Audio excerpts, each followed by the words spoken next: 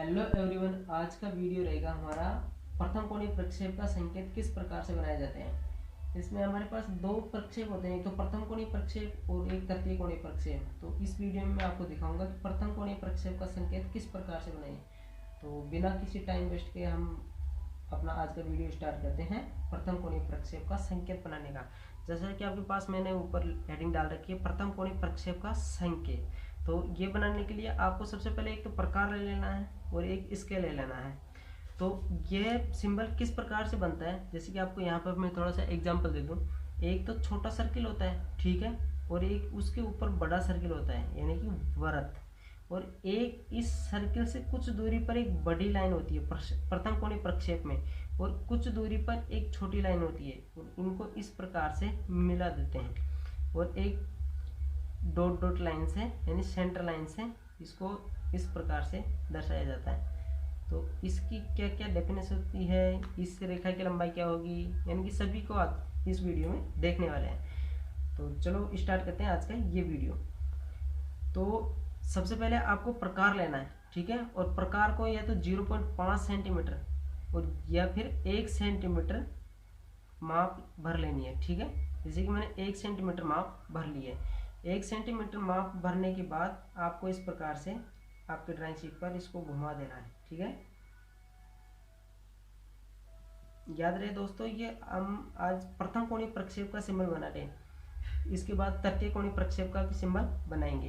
ये 1 सेंटीमीटर त्रिज्या है इसकी, तो इसका व्यास कितना हो जाएगा 2 सेंटीमीटर।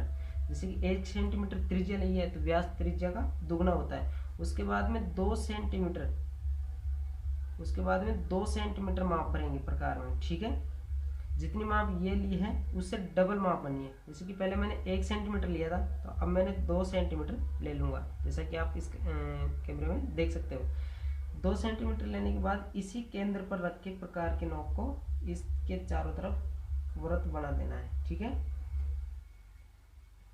इस प्रकार से आपके पास 2 सर्किल प्राप्त हो जाएंगे।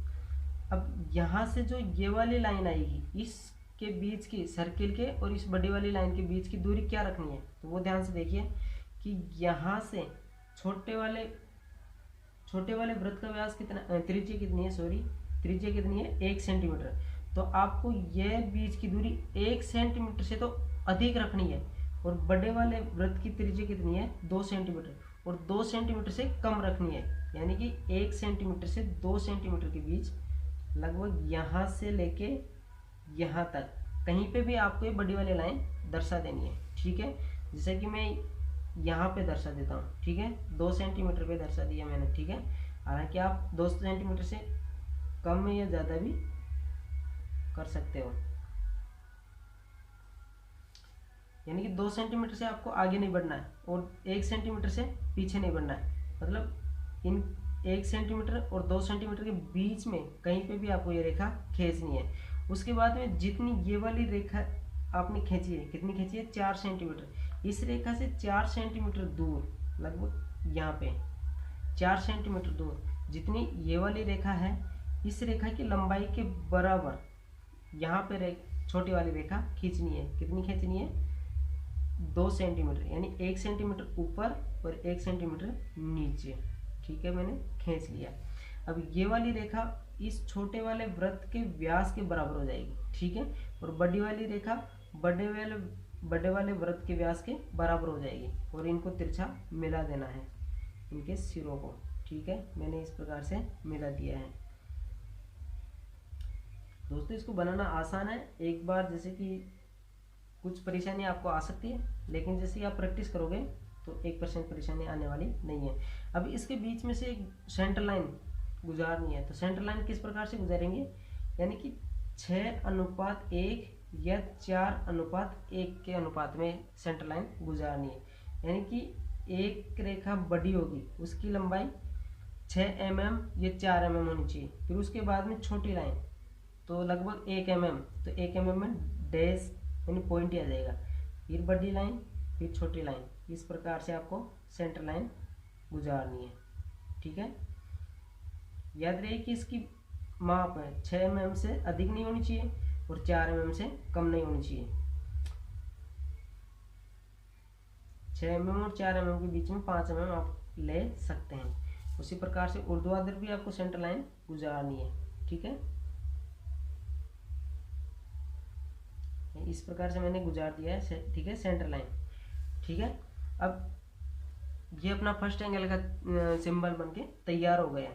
यानी फर्स्ट एंगल में क्या है कि ये जो बड़ी वाली लाइन है, जैसे कि इस बड़े वाले वृत्त का व्यास के बराबर की लाइन है, वो इस वृत्त के पास में आएगी, और जो छोटी वाली लाइन है वो वृत्त से दूर आएगी। फर्स्ट एंगल में आपको ये ध्यान रखने की बात है। ठीक है, तो अब जैसे कि ये वाली दूरी कितनी ली मैंने, ठीक है, जैसे कि आपको समझा दूं मैं। ठीक है,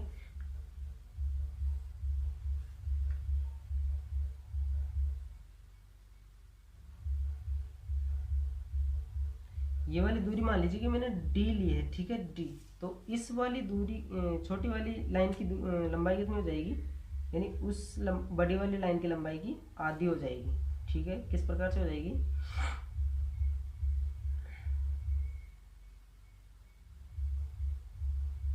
ठीक है, जितनी ये लंबाई ली है, तो ये कितनी ली थी मैंने, जैसे कि बड़े वाले वृत्त का व्यास था 4 सेंटीमीटर। ठीक है, तो मैंने 4 सेंटीमीटर ली थी, तो डी 4 सेंटीमीटर के बराबर होगी। छोटे वाले वृत्त का व्यास कितना, 2 सेंटीमीटर, तो ये कितनी थी, 2 सेंटीमीटर। तो ये वाली लाइन 4 सेंटीमीटर थी, तो ये वाली 2 सेंटीमीटर थी, यानी कि इस वाली लाइन की ये आधी है, तो ये वाली लाइन डी लंबाई की है, तो ये d/2 हो जाएगी। ठीक है, इस लंबाई को इस लंबाई में आधी दर्शाने के लिए 2 का भाग देना पड़ेगा, तो ये डी वाली d/2 हो जाएगी। ठीक है, और यहाँ से इस लाइन के बीच की दूरी कितनी हो जाएगी, दोनों लाइनों के बीच की दूरी, तो ये हो जाएगी आपकी जितनी बड़ी वाली लाइन थी ये वाली, उस लाइन के बराबर। ठीक है, तो ये बड़ी वाली लाइन कितनी थी, डी, तो इसकी दूरी भी कितनी हो जाएगी, डी। इस प्रकार से आपका ये सिंबल बनके तैयार हो गया है। ठीक है, तो अगर इसमें आपको कुछ भी दिक्कत हो तो आप कमेंट बॉक्स में लिखिए, मैं आपके हर समस्या का समाधान करने को तत्पर हूँ। तो अगर आपको वीडियो पसंद आए तो वीडियो को शेयर कीजिए, लाइक कीजिए और चैनल को सब्सक्राइब कीजिए और अपने दोस्तों को